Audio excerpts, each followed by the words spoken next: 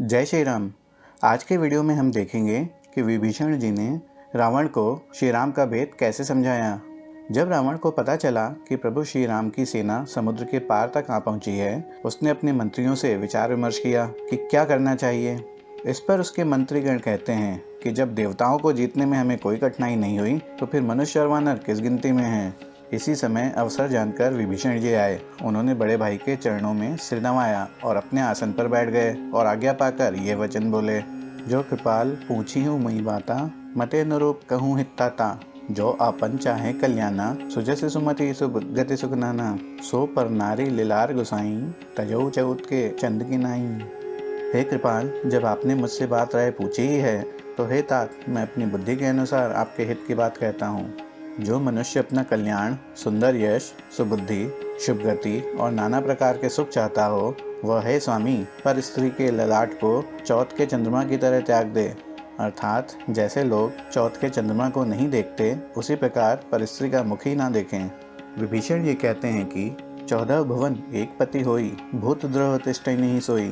गुण सागर नागर नर जोऊ, अलप लोभ भल कई न गऊ। अर्थात 14 भुवन का एक ही स्वामी हो, वह भी जीवों से वैर करके ठहर नहीं सकता, नष्ट हो जाता है। जो मनुष्य गुणों का समुद्र और चतुर हो, उसे चाहे थोड़ा भी लोभ क्यों ना हो तो भी कोई भला नहीं कहता। विभीषण ये कहते हैं कि काम क्रोध मद लोभ सब, नाथ नरक के पंथ। सब परिहरि रघुबीर ही, भजऊ भजई जय संत। हे नाथ, काम, क्रोध, मद और लोभ ये सब नरक के रास्ते हैं। इन सबको छोड़कर श्री रामचंद्र जी को भजिए, जिन्हें संत सत्पुरुष भजते हैं। इसके बाद विभीषण जी रावण को श्री राम जी के वास्तविक स्वरूप के बारे में बताते हुए कहते हैं कि तात राम नहीं नर भूपाला, भुवनेश्वर कालहु कर काला। ब्रह्म अनामय अज भगवंता, व्यापक अजित अनादि अनंता। अर्थात हे तात, राम मनुष्यों के ही राजा नहीं हैं, वे समस्त लोकों के स्वामी और काल के भी काल हैं। वे संपूर्ण ऐश्वर्य, यश, श्री, धर्म, वैराग्य एवं ज्ञान के भंडार भगवान हैं। वे निरामय, विकार रहित, अजन्मे, व्यापक, अजेय, अनादि और अनंत ब्रह्म हैं। गोद्विज धेनु देव हितकारी, कृपा सिंधु मानुष तनुधारी। जन रंजन भंजन कलभ्राता, वेद धर्म रक्षक सुनभ्राता। उन कृपा के समुद्र भगवान ने पृथ्वी, ब्राह्मण, गो और देवताओं का हित करने के लिए ही मनुष्य शरीर धारण किया है। हे भाई सुनिए, वे सेवकों को आनंद देने वाले, दुष्टों के समूह का नाश करने वाले और वेद तथा धर्म की रक्षा करने वाले हैं। ताहि बेयरु तहि नाई माथा, प्रंतारति भंजन रघुनाथा। देहुनाथ प्रभु कहूँ वैदेही, भजऊ राम बिनु हेतु सनेही। वैर त्याग कर उन्हें मस्तक नवाइए, वे श्री रघुनाथ जी शरणागत का दुख नाश करने वाले हैं। हे नाथ, उन प्रभु सर्वेश्वर को जानकी जी दे दीजिए और बिना ही कारण स्नेह करने वाले श्री राम जी को भजिए।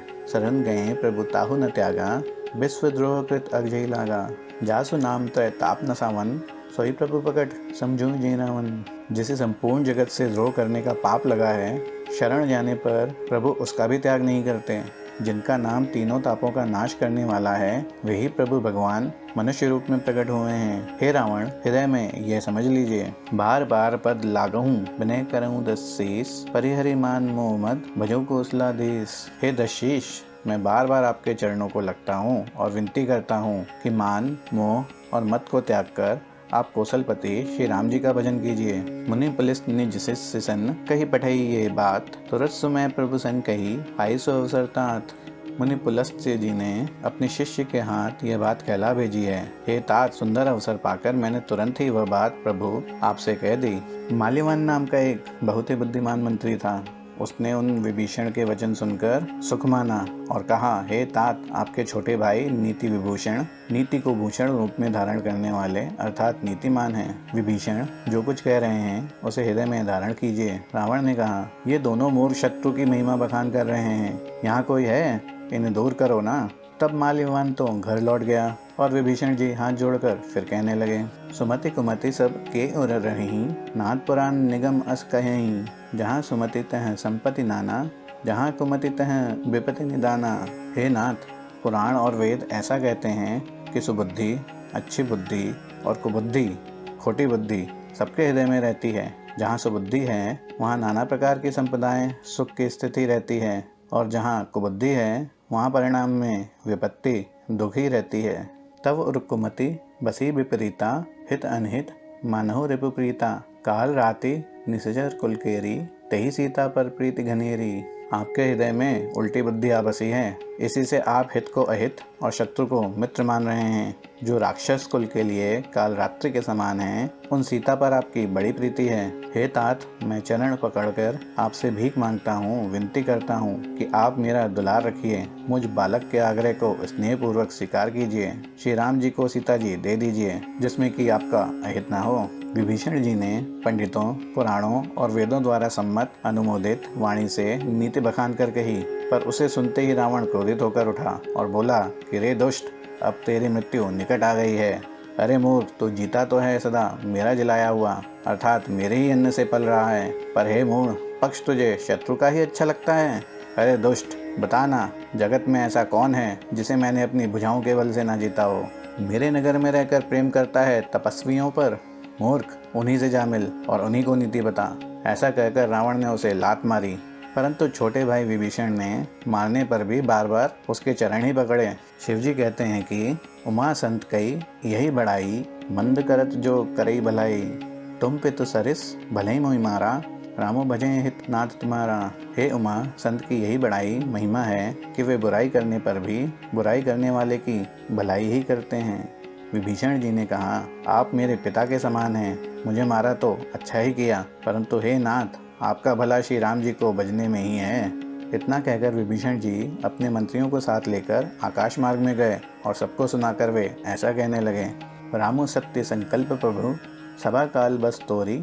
मैं रघुवीर शरण अब जाऊं देहु जनिखोरी।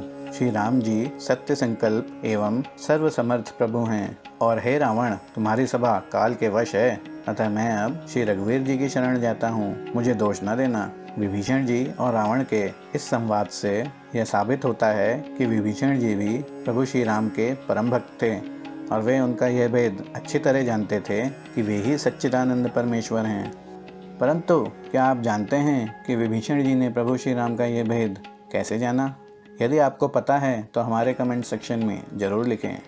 श्री रामचरित तो अनेक हैं, पर हम अपने वीडियोज़ में संत तुलसीदास जी की श्री रामचरितमानस को सटीक रूप से प्रस्तुत करने की कोशिश करेंगे।